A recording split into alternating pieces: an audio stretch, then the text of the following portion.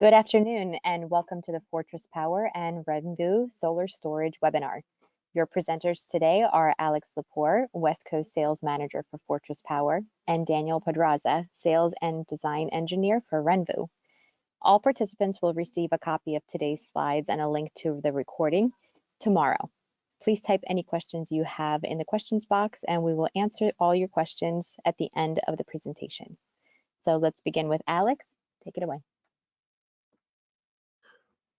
Awesome, Jamie. Thank you for the introduction here. Hi, everybody. Welcome to the webinar. Before we get started, I want to thank Renvu for co-hosting this webinar today. We have a lot of really great information we're going to be covering here today. Like Jamie mentioned, we will have these slides sent out after the fact, so don't feel like you have to rush through and jot down a bunch of notes, as we will have these slides available for you guys. So that being said, I'm going to get started here right away. So a little about who we are here at Fortress Power and what we do. We're a lithium iron phosphate battery provider focusing on the residential and commercial markets. We're based outside of Philadelphia in a small town called Southampton, Pennsylvania, and we were founded back in 2016 and we're owned by a group of investment bankers and solar veterans.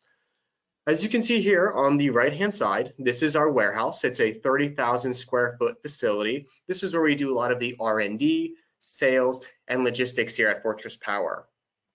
Now, that being said, we do have two other warehouses, one in California in Hawthorne, and we have one in Florida down in Miami.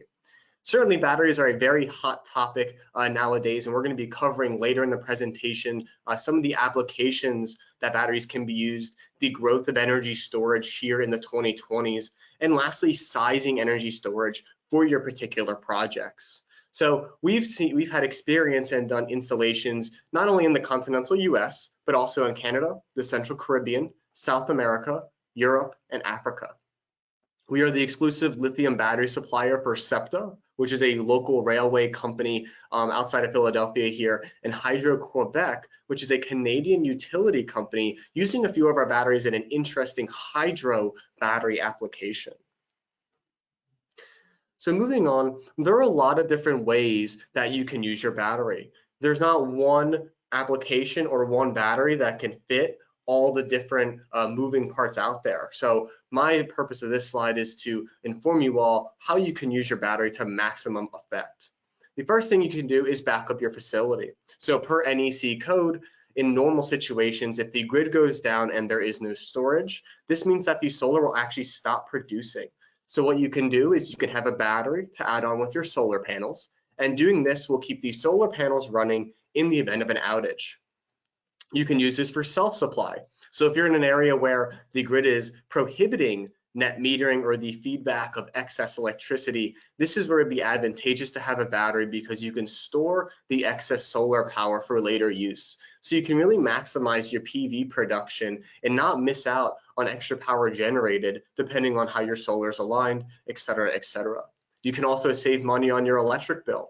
So in certain areas of the country, they will charge a lot more per kilowatt during certain times. One example that comes to mind is in Southern California. From 9 a.m. to 4 p.m., they may charge 20 cents a kW. And then from 4 p.m. to 9 p.m., they could charge anywhere upwards of 30, 40, 50, or even 60 cents a kW in some areas. So using a battery in this kind of application, it's also called a time of use application, in which you charge the battery during the day, and then you can discharge it during those peak times. So you're basically avoiding all of those high rate charges during those times. And the last thing to keep in mind, whether it's a self-supply application, a normal grid-tied backup application, or you're using this for time of use, is that solar, especially lithium batteries, are available for many taxes and incentives, like the 26% ITC tax credit on the federal level when it's installed with solar. So keep that in mind regarding these different applications that you can use a battery for, as there are many. So that being said, why are we seeing this demand in storage not only in the past 5 years, but even in the past 3 years? So the Department of Energy recently released a new analysis on energy storage, stationary energy storage, let's say, towards the end of this decade. they found that by 2030, stationary deployments will exceed 150 gigawatt hours. This means that we'll have 27% annual growth for grid-related storage applications. And you might be asking, what is the largest market for this global energy storage growth? The largest market is North America at 41.1 gigawatt hours. So if you look at this graph over here on the right-hand side, you'll see where Fortress is on the grid-related storage, stationary storage applications. In 2021 here, to the end of this decade, we're going to look at growth 8 times, even 9 times over from the end of this decade. And this is global annual stationary source projections by the sector. So grid-related would be us. If you want to check out the Department of Energy analysis, just click down here and it'll take you right to the link. So I think there's 3 main factors that are contributing to this exponential growth in batteries to the end of this decade. The first thing is the battery affordability. So as you guys probably know, in the past 15 years, the price of solar has drastically dropped because of economies of scale, better technology, et cetera, and it's fallen over 20% alone in the past 5 years. So not only is solar becoming more accessible, but now batteries obviously being tied into that are becoming numerous. And by 2029, they're expecting a 46% price reduction in the lithium battery cells. So not only will this economies of scale kick in, the battery technology is going to get better and higher quality, but there also is going to be a price reduction, which is why they're anticipating this very, very, very fast growth of energy storage. There are a lot of new rising incentives, like the 26% federal ITC tax credit, which was now extended till 23. And there's a lot of statewide incentives like the SCHIP incentive, the GMP incentive, and many other statewide rebate programs. And the last thing I think is a shifting mindset on energy storage. The first thing is fear. I think we all have seen the terrible situation that took place in Dallas last week, in Texas particularly, with those crazy snowstorms. So I think power is more important than it's ever been, and people are starting to realize that having a backup to their home, whether it's a generator or a battery, is more important than it's ever been. The second thing here is this high emphasis on renewables, right? With climate change and studies proving that climate change is affecting our environment, people are becoming more conscious of thinking greener, thinking cleaner, and moving away from traditional generator options and looking towards solar and storage, which can both be recycled in that kind of way. And then the last thing is this political administration charge. I say this in meaning that obviously with the newest political administration change, there's a lot of push for clean energy, especially in the next 4 years and maybe even in the next 8 years. So not only there's certainly other things in the system that contribute to the growth of renewables and storage in particular, but I think these 3 are ones that you're going to want to look out for: the battery affordability, rising incentives on the federal or state level, and then the shifting mindset of people as they move away from traditional fossil fuels to renewable sources. So that being said, here are some of the battery options we provide here at Fortress Power. I'll start off with our LFP 5 and 10 here on the left-hand side. These are 2 of our older products that we had that can be used for smaller storage applications. Now, over here on the right, you have the eVault 18.5 and the eFlex 5.4. The eVault 18.5 is the big brother to the eFlex, and the cool thing about the eVault is that it can stack up to 12 for 200 kilowatt hours. Now, please note here that all of our batteries are lithium iron phosphate, and they're at a 48 volt level. So 48 volt batteries at lithium iron phosphate, and this eVault 18.5 is really meant for the small residential, even into the small commercial space. Some of the key features here is it comes with this LCD display. So the end user will be able to see the voltage of their battery, the current input and output of their battery, along with how much power and kW they're pushing. It's a really neat feature that allows people to really look inside their battery right on the front screen. Like I said, this can parallel up to 12 for 200 kilowatt hours, and it's compatible with most of the hybrid inverters on the market. I'll touch base on that a little bit later in the presentation.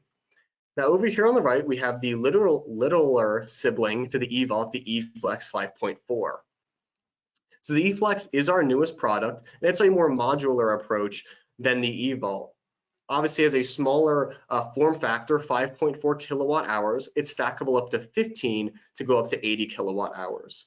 The neat thing with this is that it is a little corny, but it is a very flexible unit in terms of where and how you can install it. So you can use this in your typical residential energy storage installations, or in commercial and industrial power backup applications, railway, telecommunication applications, military applications, and off-grid applications.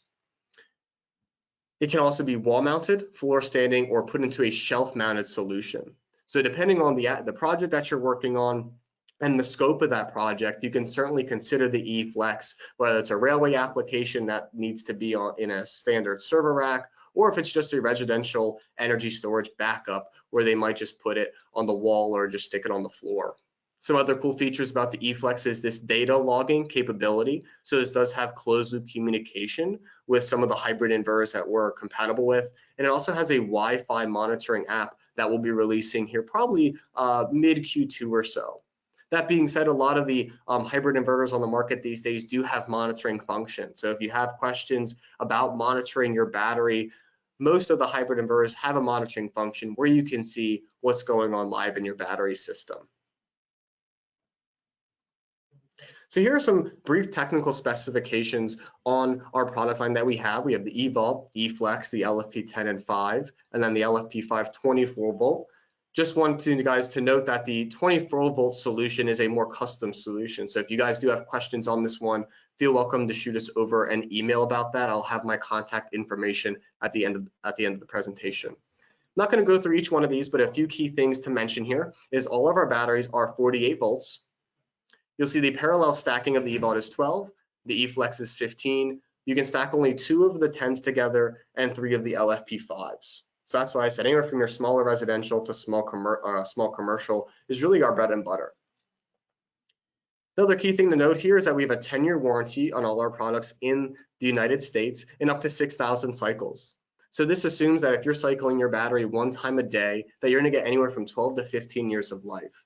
Now, there is one thing that you should always be cautious about when choosing a battery, whether it's Fortress Power or another provider, is the amount of cycles they provide with their warranty claim. There are other battery providers out there that give a 10,000 cycle rating for their 10-year warranty. Now, this is certainly a good marketing tactic, but at the end of the day, this is also assuming that the life of the battery is anywhere from 25 to 30 years, which just really is not realistic. So although our cycle life is just 6,000, it's a more realistic and conservative approach with how you are going to use the battery at the end of the day. So now I want to go through some of the different battery technology comparisons, whether it's a lithium iron phosphate, a lithium ion or NMC, and even lithium polymer. But first we jump into that, there's one really important thing outside of chemistry to consider when choosing your battery, and this is the battery management system. So most batteries like the LFP5 and 10 are a MOSFET-based BMS. So what does this mean? It means essentially that it's the brain of the battery that's going to protect it against overcharging and deep discharging, overheating, OCPD, short circuit and open circuit protection. It will have that cell monitoring and balancing. Now we take it a step further with our eVault and eFlex and use this contactor-based, also known as a relay-based battery management system. So it has all the features of the MOSFET-based BMS, but it's just a more robust BMS in terms of the communication with different inverters that we have, the communication between the units in parallel, and having that remote monitoring feature. One other key feature, whether you're considering batteries like the LFP5 and 10 or eVault and eFlex, is the cell type within that particular battery. So for example, the 5 and 10 use a cylindrical cell, which is pretty standard, and the eVault and eFlex use a prismatic cell. The main difference is the shape of the cell. The prismatic cell is shaped like a square, which means you can fit more in the same amount of area than the cylindrical cells, and they're a little bit more robust and they can handle a little bit more current just because of the way the cell is set up. So if you are considering a battery, it's certainly a good question to ask what kind of cells are in this battery so I know more about what I'm investing into. So like I mentioned before, we have Fortress Power using the lithium iron phosphate, also known as lithium ferrophosphate, LiFePO4 chemistry. There are other providers out there like Tesla or LG Chem that use lithium ion or nickel magnesium cobalt. And there's also lithium polymer out there on the market as well. Some key features of the LFP chemistry is, first and foremost, its superior safety. We've all heard the bad press about the Tesla systems and LG systems being subject to thermal runaway. So granted, it definitely makes sense for Tesla to use an NMC battery for their electric car, because obviously they need a very dense battery to move that car from point A to point B. But in terms of stationary energy storage, where this is in or near somebody's home, the safety fact is probably the most important thing to consider when choosing a battery for your project. The second thing is that lithium iron phosphate is much more eco-friendly. These batteries can be recycled. There's a company out there called Battery Recyclers of America, and they have 3 EPA rated facilities in the US where you can recycle lithium iron phosphate batteries all the way down to the cells and even the aluminum in the battery case itself. I mentioned the thermal stability of the LFP is much better than that of the NMC chemistry, and the life cycle rating. So we guarantee a 6,000 cycle life cycle rating, while the NMC chemistry in a good setting would maybe get 3,500 cycles. So the degradation rate of LFP is less than the NMC or lithium polymer, but it is not as energy dense. So you'll typically see lithium iron phosphate batteries are a little bit bulkier, they're a little bit heavier, but when it comes to safety and having this in near somebody's home, then it certainly makes sense to go with LFP. Now, if you look at lithium polymer, this is kind of like the battery in your phone, right? So this is not very popular in the industry. However, in certain applications, it could make sense, but it just doesn't have that safety like the LFP. It's very hard to recycle. The same thing with cobalt because of the added element of cobalt or polymer. And then as well as the thermal stability is just not really up to par with the LFP. So I'd say generally LFP is really the gold standard for energy storage in terms of the chemistry that batteries are using, which is why a lot of battery providers are transitioning to having LFP batteries for stationary storage applications. So keep this in mind when choosing your next battery. Chemistry is definitely important. One thing I'd like people to check out if they do have questions or concerns about their battery is this LFP versus NMC nail test video. So you can see here essentially what they do is they take a 10-penny-inch nail and drill it through the cells themselves of a lithium iron phosphate and a nickel magnesium cobalt. You see here on the left you have the lithium iron phosphate technology where they drill the nail through. You will see some smoke throughout the video, but nothing too substantial. Now on the right, we have an NMC cell. This is kind of like the cell an LG Chem would use. They do the same kind of test here, and you can see throughout the video goes full on apocalyptic, and essentially it blows up. So I like to show this because a lot of people like I mentioned, I'm out of Philadelphia. People in Philadelphia and Pennsylvania who may not know the differences between two lithium chemistries can really help them understand that lithium iron phosphate really is a much safer chemistry. And to prove that, we can drill a nail through the cell itself with no catastrophic effects. So if we look at all the different battery technologies, from LFP here on the left to lithium ion to lithium polymer, flooded lead acid, AGM, and nickel iron, there's a few things that stands out on the LFP side. The first thing is this energy throughput. Energy throughput is the amount of energy that as a battery is expected to store and deliver throughout its lifetime. So it's usually measured in megawatt hours. You can usually find this on the battery company's warranty letter, where they'll have the megawatt hours that can be expected. So you'll see LFP has 47 megawatt hours of throughput. The only one even remotely close to that 47 megawatt hours is the nickel iron battery here on the right-hand side. But the key difference, look at the cost of a 10 kilowatt hour battery from LFP to nickel iron. Almost 3 times the amount from LFP to nickel iron for a similar energy throughput. So if you look at the cost across the board, it is certainly more expensive than lithium ion. But when you break down the amount of cycles at 80% DoD, for example, 6,000 versus 2,800 right here on the right, the cost per kilowatt hour is half of that of the lithium ion and is only really comparable with the nickel iron. But let's remember, for the 10 kilowatt hour battery, you're paying almost 3 times more. the round trip efficiency is a lot higher as well, which is the efficiency of the solar to the panels to the battery and then back to the load. 98% is very high by any standard. And that's the benefit of using LFP, is that there's not a lot of efficiency losses. Like we saw in the video on the slide before, the LFP is a superior chemistry in terms of safety, and there is no maintenance associated with lithium in general, whether it's LFP, lithium ion, lithium polymer. Obviously, with flooded lead acid and nickel ion, you need to either refill your batteries after a certain time if they're low, and there is maintenance required on these kind of solutions. So the key thing here with LFP, there's no maintenance, it's very safe. You're gonna get the maximum bang for your buck when investing in LFP battery for your home, business, etc. So here we're gonna go over a design guide for PV and storage. There's already so many questions about how do I size a battery for my home? How do I size a battery for my business? What tools can I use to get me in the right direction? So the first thing I think we need to consider is this AC versus DC coupled solution. That's where you're going to start when you're sizing your battery. Whether it's an AC coupled solution, which is when you're retrofitting to your existing PV system, or whether it's a DC coupled solution where it's a brand new solar installation and you don't need any additional PV inverter. So for example, if we were using Fortress Power in this example for AC coupled, let's say they have a Solar Edge inverter. The Solar Edge is not compatible with Fortress because remember, Fortress Power has a 48-volt battery and Solar Edge is high voltage. So what you would need to do is essentially you have the existing Solar Edge system, you AC couple to a hybrid inverter, and then you can connect that to our battery.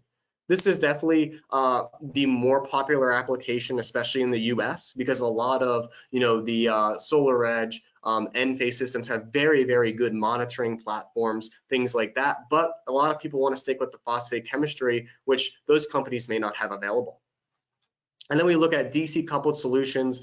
This is where we see a lot of success, especially with hybrid systems, true hybrid systems, let's say, that are adding a battery on. So this is where there is no additional PV inverter needed, and it is certainly more efficient because you don't have all the pieces of equipment to make that frequency shift down to 48 volts. So the first thing you got to figure out is, okay, am I AC coupling this or am I DC coupling this? What application am I going to use this for in respect to this? And then you're going to be deciding upon what inverter you want to use. So we're compatible with most of the hybrid inverters on the market. So you know brands like Schneider, Outback, Magnum, SMA, Solarc, Victron, Morningstar, and Midnight. And we're establishing that closed loop communication with Solarc, Schneider, and now the SMA inverters. I did mention that data logging feature of the eFlex. That data logging or data communication is the closed loop compatibility with the Schneider and the Solarc. What this essentially means is that it's going to make your installation two things. One, it's going to make it easier because there's no manual inputting of settings, as they're already going to know where those settings are programmed or pre-programmed, let's say. And the second thing is that the battery and the inverter are going to talk with one another all the time. So there is such a thing as open loop communication, where the inverter measures the battery by voltage, but that closed loop communication really dives into the nitty-gritty details between the battery bank and the inverter system. So you see some here are just AC coupled, some are just DC coupled. So depending on your project and that application, like in this slide, you can pick a proper inverter depending on your experience and obviously also what the customer needs. So we do have a sizing tool, and this is a good start to sizing your battery. Let's assume this is for backup only. So you're going to select the loads to be moved from the main panel to the backup panel, or the critical load panel, the essential loads panel, a lot of synonyms. Calculate the daily usage of that backup load panel, select the battery bank size, and then estimate the daily available power.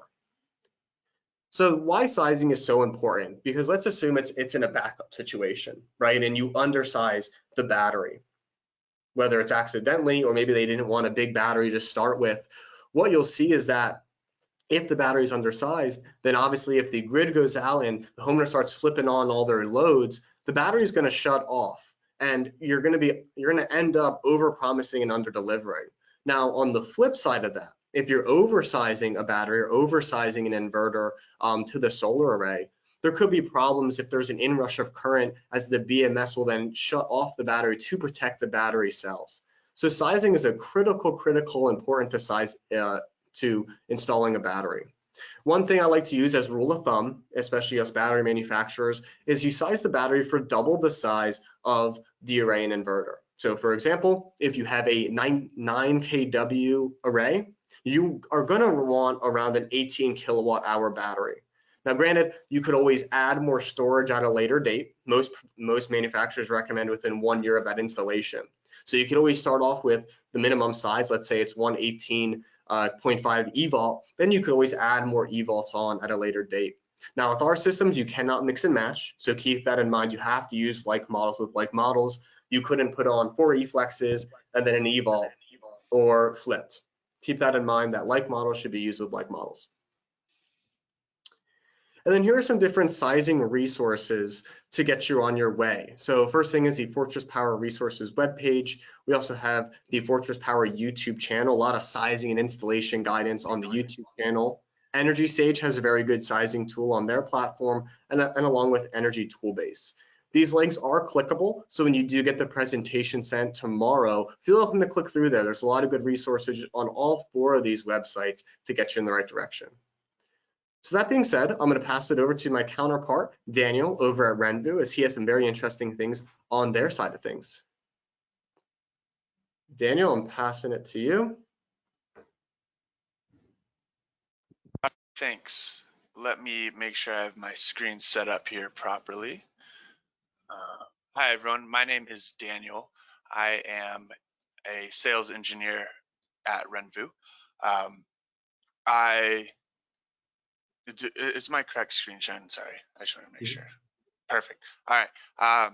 Renvu was founded in 2021, based out of Mountain View, California, which is close to San Francisco. We have a fulfillment centers on the West and East Coast, as well as Texas, to service the center of the United States as well. We do also ship internationally if you have international projects in your pipeline. Something that is very unique about Renvu is our entire sales team has an engineering background, which allows us to go into depth on projects with our customers, whether it be smaller residential DIY projects up to larger commercial projects.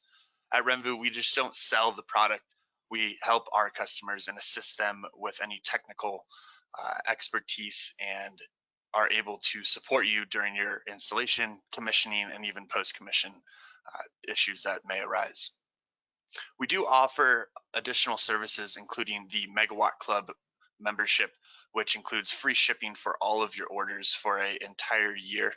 We do have discounts on engineering services and permit packages as well within the Megawatt Club membership. We do offer those engineering services to our customers that are not Megawatt members as well. Those are just not discounted. We do have multiple online tools and that are accessible on our website that can assist you in creating your own system design, adding a battery to your system, and even calculating inter-row spacing due to shading. We offer financing options for larger orders through third parties, and these are on a project by project basis. Something Renvu is really excited about is the Bleak Year carport. The Bleak Year carport is a very exciting technology innovation because it brings a unique solution to residential carports with its simple yet sturdy design and its ease of installation and compatibility with solar equipment. The 2-car carport can support 24 60-cell modules or 18 72-cell modules. Both configurations do utilize Ironridge XR100 rails. That's going to be the same across both. It is also a sealed surface using T-gaskets in between the modules for waterproofed carport. Bleak Year designed this carport to be easy to install, only requiring a pier depth of 2 feet, and can withstand a 30-pound per square foot snow load and a 120-mile-an-hour wind load. The carport stands 9 feet tall with a 5-degree tilt, with a pier-to-pier length of 18 feet on all sides, so it's a perfect square. It does not matter which direction the car enters from, meaning you can orient the array to the best solar resource available if need be. A decorative mesh is included to hide the wiring on the underside of the array if desired. And we do have a commercial option that is essentially 2 of these or however many of these carports that would share the common column in between each one of these arrays and cascade down the parking spaces. The best part about all of this is that it comes as a kit that will fit on an 11-foot pallet. A few options that Renvu is offering right now includes the standalone carport with racking and mounting hardware just by itself. That's the one you're going to see on the left. We also are offering a carport with 60 cell 310 watt modules. Right now, those are the PhonoSolar 60 cells with Enphase IQ7 microinverters.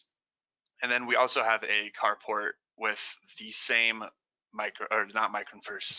the same modules with a Solar 12K hybrid inverter and the Fortress Power eVault 18.5, which was talked about quite a bit in this webinar.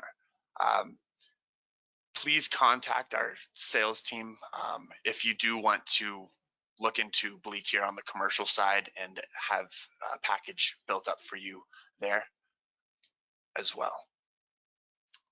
Bleak Gear does have an authorized installer program that requires an application and 3 installations. After these steps, if you install 5 of these carports per month, tabulated quarterly, so what would that be? You know, five carports per month over the course of 3 months, and that if the first month you only install 2, then the other months can make up for that as well. You will receive $1,000 per carport installed, as well as customer leads from Renvu, and you can unlock SPAs and partner benefits as well. On the Renvu website, we do have a design tool that is seen here that actually includes the solar kit guide right now, or includes the Bleak Gear carport right now.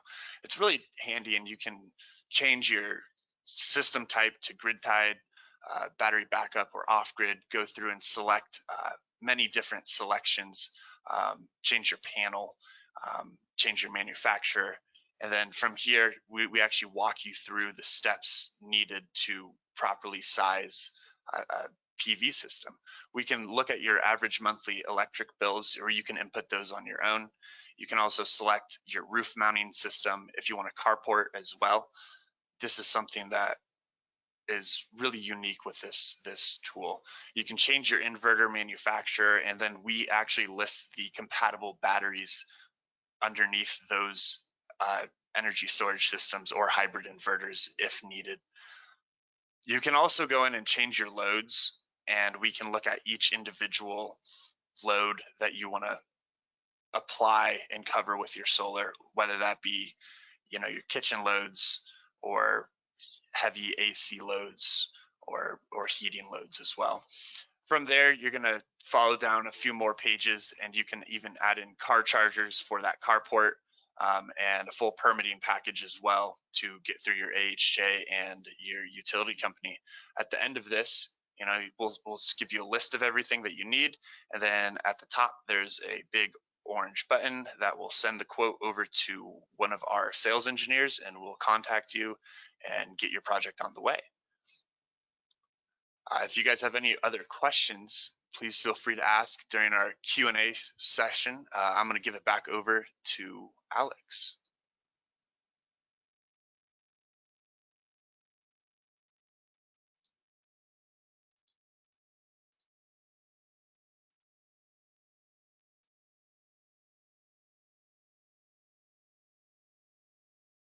Perfect. Thanks, Daniel. I'll open the floor up for Q&A now.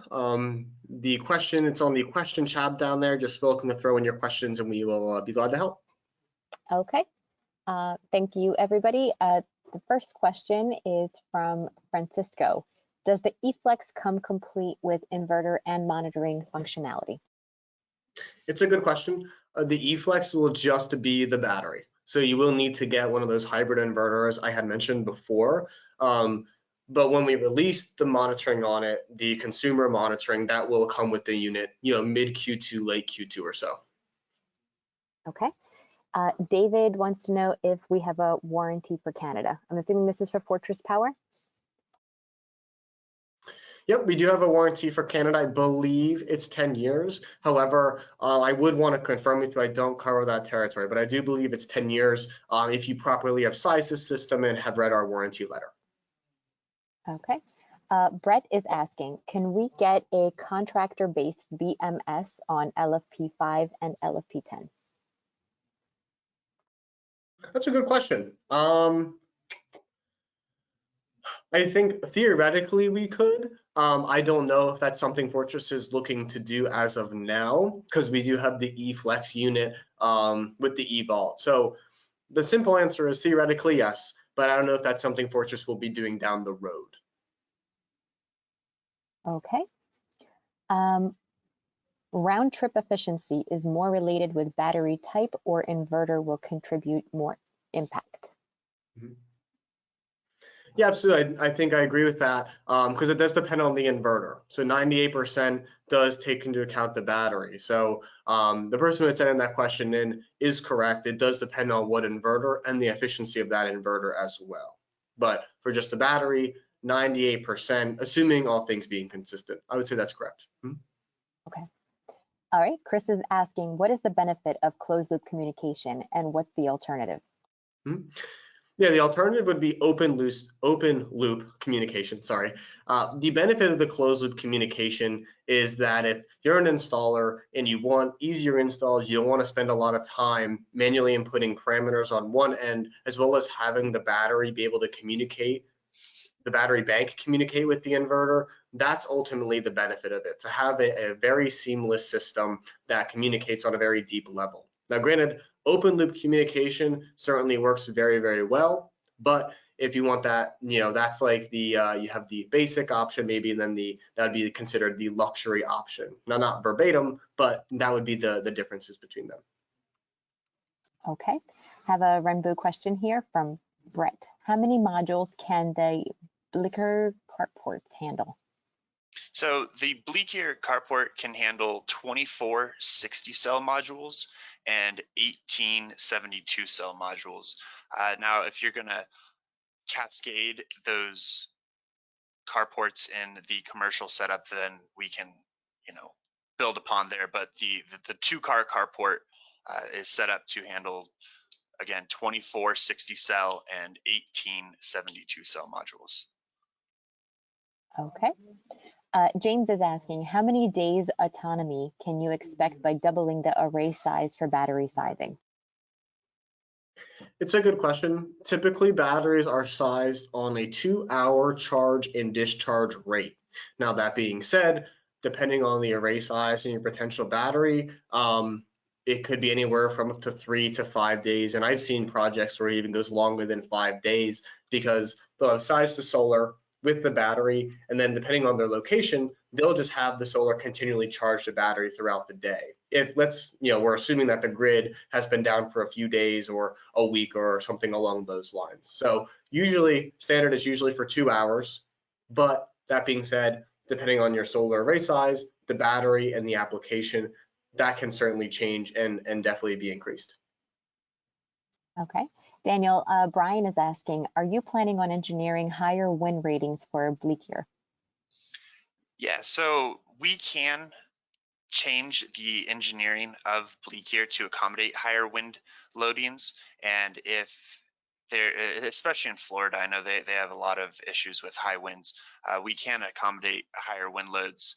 If you want to send us your information at info@renvu.com, we'd be glad to know what wind loads you're interested in and if that is something that we can accommodate with Bleakier. Okay. Alex Joseph is asking, do your batteries work with old models SMAs such as Sunny Boy 6000 installed in 2009? I think it would be, you'd have to probably use the Sunny Island series. The Sunny Boy of the SMA, I believe, is high voltage. So you may have to use the SMA Sunny Island to make that.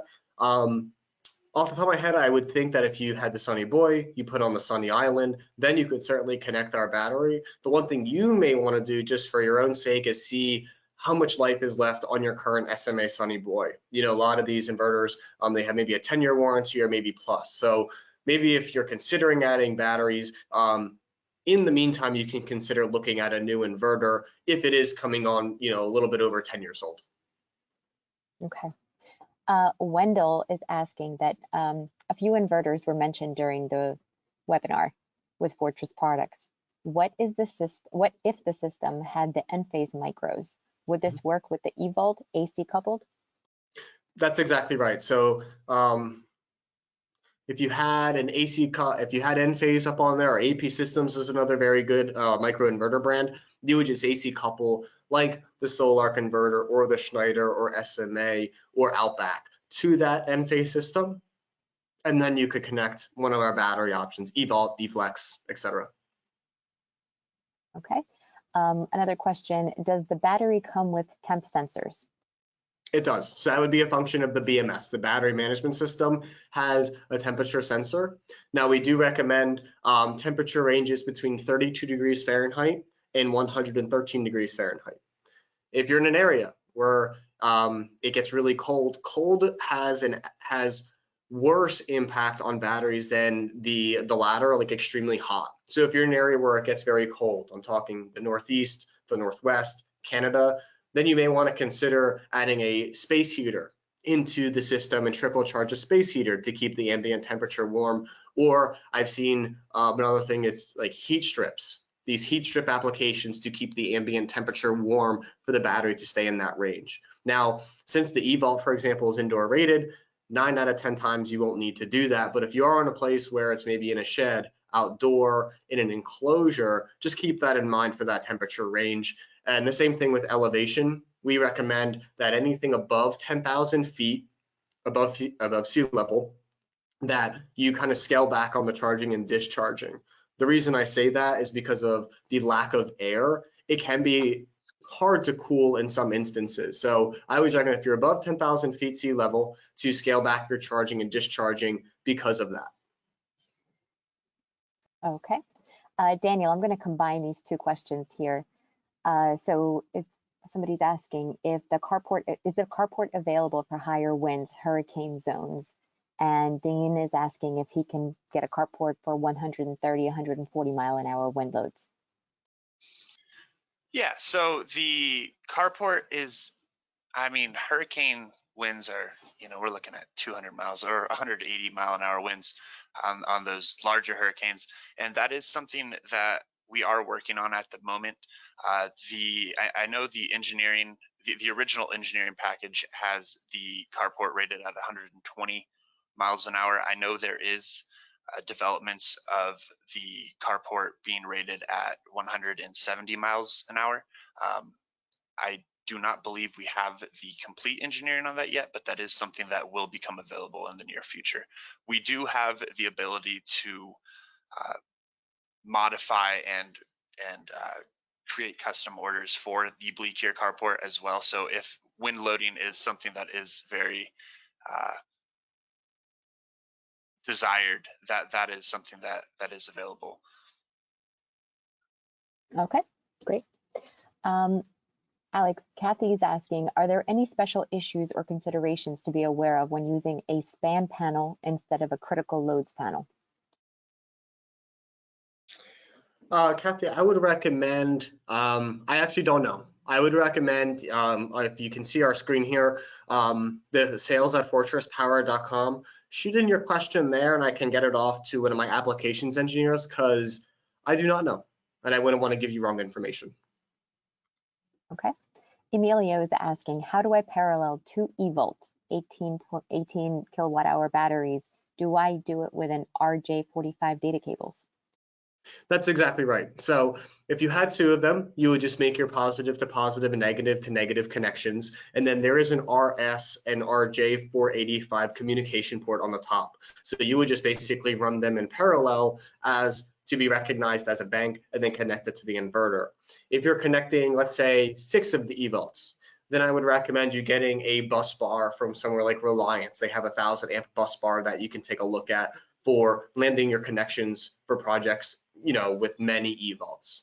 So if it's just like 1 or 2, then you could just run parallel to parallel. Your communication cords will go parallel to parallel into the inverter. Anything larger, definitely consider a bus bar. Okay. We have Glidden is asking, he is from Puerto Rico and interested in the eVolt 18.5. Do I need to take any certification to install this battery? What's needed to have full warranty without any problems? Mhm. There's a few things that you can do. The first thing is if you want to email our warranty@fortresspower.com with your proposed system design, they can confirm whether or not your battery would cover under warranty. Second thing that you can do is go onto our website, fortresspower.com, go to the resources tab, check out our warranty letter. On page 8, it'll be Appendix B. On that page, you will see an inverter and battery sizing guide that my application engineers have created as a minimum sizing requirement for all the different inverters we're compatible with. So you'll see Schneider, Outback, Solarc on there, and the whole nine on page 8 on the warranty letter, Appendix B. Okay. James is asking, what is the average price per kilowatt for the newer Fortress batteries? Yep, the average price per kilowatt for the eFlex, let's say, let me do some quick math. It's around like $800, or not $800, like $720 a kilowatt hour. Usually that's what it goes for retail. Okay. Do you ship your battery storage units to the UK? Yes, we have. Okay. For a 14 kW array, what is the recommended Fortress battery configuration? I would recommend going with either 2 of the eVolts, because that will give you 30 kilowatt hours of usable capacity at 80% depth of discharge.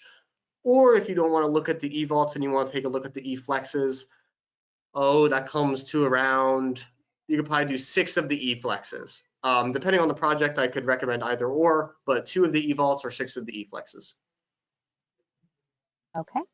Is it possible to have communication between the eVolt and the Outback Radian? I think as of now, it's just open loop communication. I'm honestly not sure where we're at with testing for the closed loop communication with Outback, but we do have open loop. I do know there was a discussion to have the closed loop communication with Outback. But if you send your message to sales at Fortress Power, I can probably get a more concise timeline on when that will be. Okay. James is asking, can you discuss battery use with microinverters? Right, so it's going to be used the exact same if you had a string inverter. You're just going to be able to get the benefits of using a microinverter when you're AC coupling it. So you're going to have the microinverter system, which will have, let's assume it's N phase. It'll have like the optimizers and it'll have the module level monitoring. But at that same time, it'll be able to do the same function when hooked up to the string inverter and then our battery. It's not really a big change per se. It's just that extra piece of equipment when you're in that AC coupled format. Okay.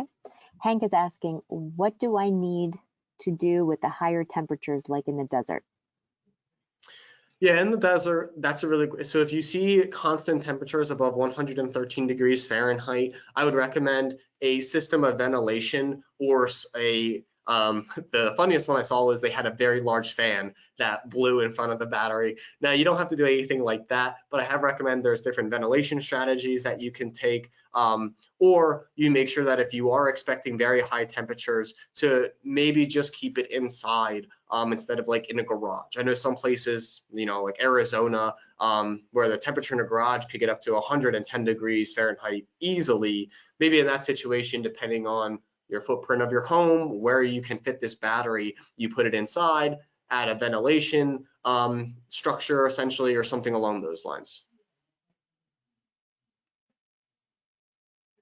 Okay, let's see if we have, I think you guys got pretty much everybody. If anybody else has any further questions, gonna leave the line open for another minute or so. Great. And I was just going to say, everybody, thank you again for joining. Daniel, thank you again for hosting this webinar with me. It's a very interesting webinar. I'm interested in the Bleecker solar carport now. If you're welcome to reach out to me directly, this is my contact information.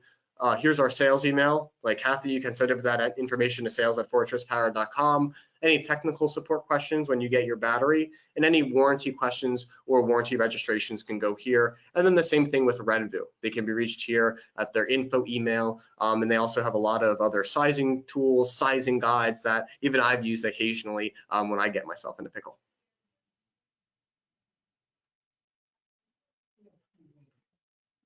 Great, Alex. Thanks so much for having us on the webinar.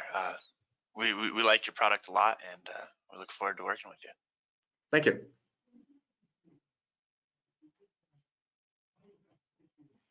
I have one question here coming up from Sergio.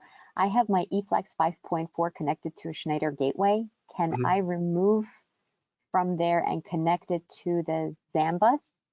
I have my, yeah, that's the question. Sergio, send that down to tech support at Fortress Power. I'm not sure what they would recommend. There may be able to way to do that, but definitely send your message to tech support. They'll be able to basically walk you through, if you're able to do that, how to do that, and what they would recommend, especially with the eFlex. Yeah, so we do have a couple of questions here for very specific sizing questions. So if you can, definitely email tech support at fortresspower.com and they will absolutely help you with that. Or Alex, email me directly. Or Alex directly, yeah. Warranty in Bahamas? Ooh, a good question. Warranty in the Bahamas. I'm going to say 5 years to be safe. I am not sure if the Bahamas is a U.S. territory, but if you send a message to sales at Fortress, I'll have my Latin American sales rep get in touch with you, and he can confirm that. Okay. One more from Sergio. Can I connect an eFlex 5.4 directly to my modem? Not directly, no. I would not recommend that. I would recommend that you connect your modem to the inverter, because if you connect it directly to the eFlex, there's not going to be any charging rate or anything. It's just going to push current into your modem, and you wouldn't want to harm your modem in any way. So use the inverter, connect your modem to. Okay, Robert is asking, is there much of a penalty for charging from AC to DC and back to AC, such as with an existing M-phase microinverter system? There's not really a penalty. You might lose a percentage of efficiency, but there's not really a penalty per se. It's just converting it from AC to DC to AC. You will lose efficiency in all those transfers. So not really a penalty, but you will lose a little bit of efficiency. Mark is asking, what was the bus bar you were mentioning?